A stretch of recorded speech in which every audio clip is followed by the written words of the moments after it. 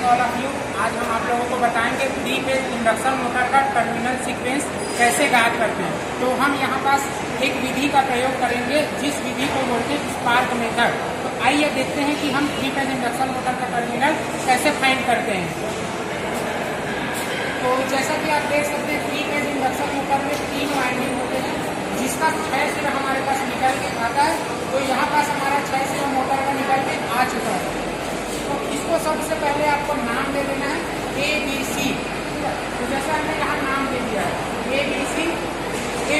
अभी हमें कुछ भी नहीं पता कि कौन सा A1 है, कौन सा B1 है, कौन सा A2 है, कौन सा B2 है।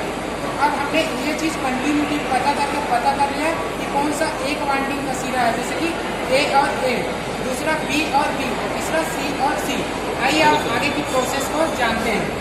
ठीक है, जैसे ही आपको 3 वाइंडिंग मिला तो आप इसके अनुसार कनेक्शन करना है। ठीक है, जैसा हमने फाइंड कर दिया 3 वाइंडिंग, तो इसमें आप देख सकते हैं A और A, B और B और C और C, 3 नाम हमने दे दिया।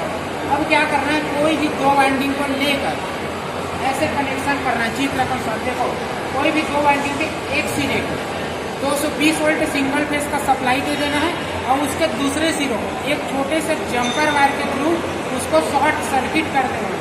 जैसे ही आप इसको शॉर्ट किए उसके बाद आपके पास एक वाइंडिंग बच जाता है। उस वाइंडिंग के दोनों सिरों को आपस में स्पार्क करा के देखना है।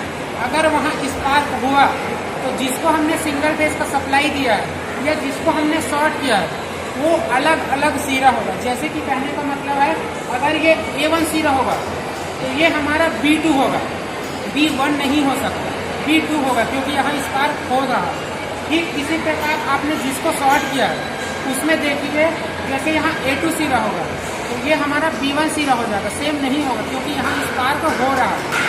ठीक इस प्रकार हमें 4 सिरा मिल जाता है।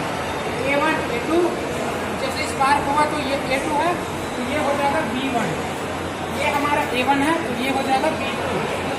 ठीक है, अब सेम यही प्रोसेस, अब एक वाइंडिंग को छोड़ देते हैं और अगले दूसरे और तीसरे वाइंडिंग के साथ यही प्रोसेस फिर से अपनाते हैं। आइए नीचे हम देखते हैं, हमें A1 और A2 मिल गया है।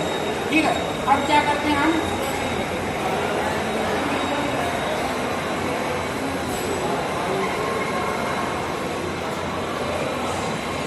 ठीक है, जैसे आप यहाँ देख सकते हैं हमने A1 और A2 वाइंडिंग को छोड़ दिया। अब हमने B और C के साथ वही प्रोसेस किया है जो हमने पहले स्टेप में किया था। तो इसमें क्या करते हैं, हम B और C वाले सिरे को हम सिंगल फेस की सप्लाई दे देते हैं। सिंगल फेस सप्लाई दिए और उसके दूसरे सिरों को एक वायर से शॉर्ट कर दिया।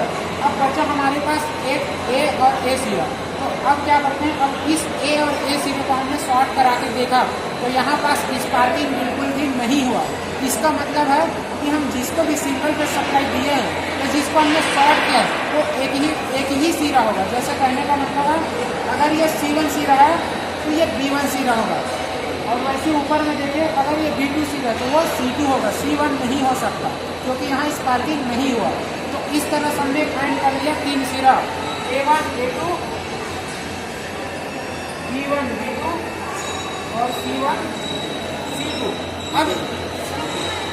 अब इसको हम, जैसे हमें 6 सिरा मिला तो अब हम इसको स्टार्टर से आराम से कनेक्ट कर सकते हैं और हमारा मोटर प्रॉपर तरीक़ा से वर्क करेगा। अगर ये चीज़ आपको पता नहीं रहेगा और आप उसका कनेक्शन कैसे भी कर दोगे स्टार्टर में तो मोटर में दिक्कतें आ सकती हैं, हो सकता है वाइंडिंग शॉर्ट सर्किट हो जाए। Thank you.